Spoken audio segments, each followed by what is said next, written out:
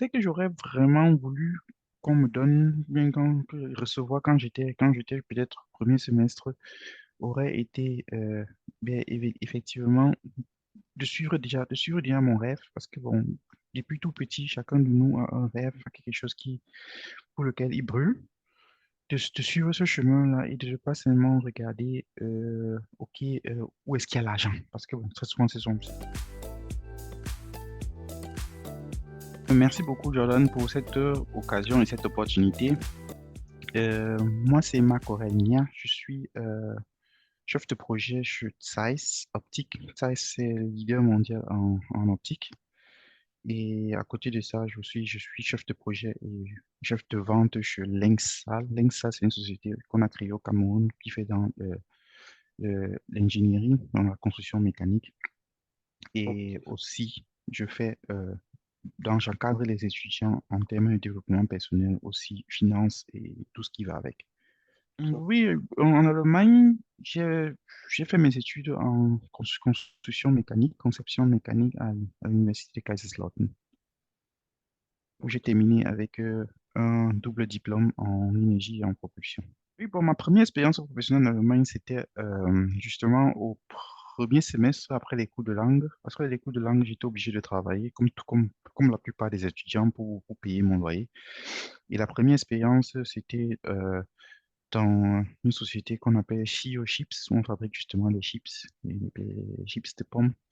Et je peux déjà te dire que c'était pas de gaieté de cœur. Mon premier contrat professionnel, bon, après les études, oui, mais même avant les études, j'en avais déjà. Mais après les études, mon premier contrat professionnel, c'était dans une entreprise qui faisait dans la construction mécanique, la mécanique lourde, puisqu'on produisait des équipements pour la production de la céramique. Donc, tout ce qui est céramique, euh, on est salle de bain, tout ce qui est céramique, matériaux de construction. On produisait justement des équipements pour les lignes de production pour ce type de produit. J'ai Ok. travaillé là-bas comme chef de projet. Ce que je fais actuellement, c'est beaucoup plus le management de projet. Donc, en fait, nous produisons, voilà, chaque personne aujourd'hui a un smartphone. Et pour que ce smartphone puisse fonctionner de façon aussi rapide et aussi efficiente, on a besoin des microprocesseurs, des microchips. Et ce que je fais en fait chaque jour, c'est que je contrôle la production des équipements qui servent à la fabrication de ces microprocesseurs. Et mon travail, c'est justement la coordination de l'entrée de la matière première jusqu'à la sortie de la lentille qui va permettre plus tard de produire justement ce type de microprocesseur. Oui, bon, plusieurs raisons m'ont fait changer. La première, la raison principale pour laquelle j'ai changé le boulot, c'était d'abord des raisons familiales. C'est des raisons familiales. Pourquoi? Parce que dans mon premier boulot, je travaillais à 1 heure et demie de la maison. Et en tant que chef de famille et père, ça devenait très compliqué puisque je travaille à l'international et je voyageais beaucoup. J'ai fait l'Arabie Saoudite, j'ai fait l'Italie, la France, la Belgique, j'ai fait la Suisse, le Maroc, l'Algérie. Donc, je voyageais beaucoup. Et côté famille, ça ne pouvait pas continuer comme ça. Et c'est ça qui m'a donc poussé à changer.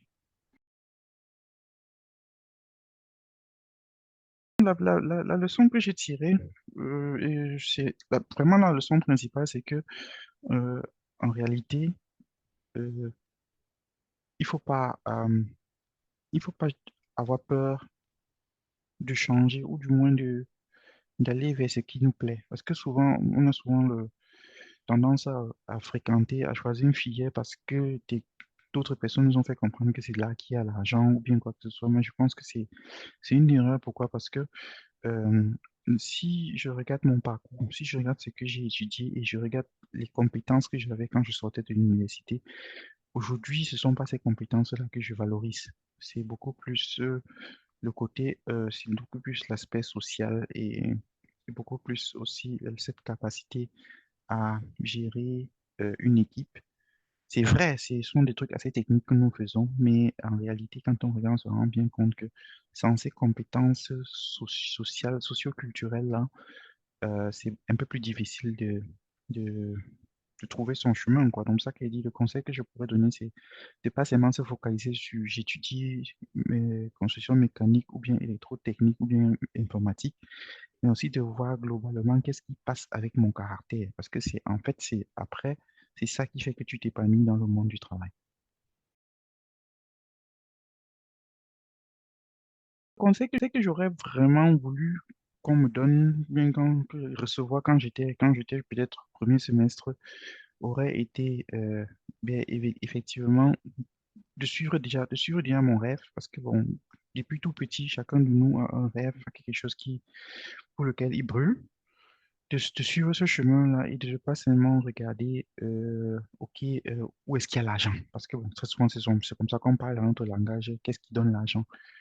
Ça aurait été ça, et aussi, euh, malgré la difficulté de ne pas perdre le focus. Donc, c'est-à-dire si tu brûles pour quelque chose, même si c'est difficile, même si on te dit c'est impossible, si tu veux vraiment le faire, avec ta détermination, tu pourras y arriver.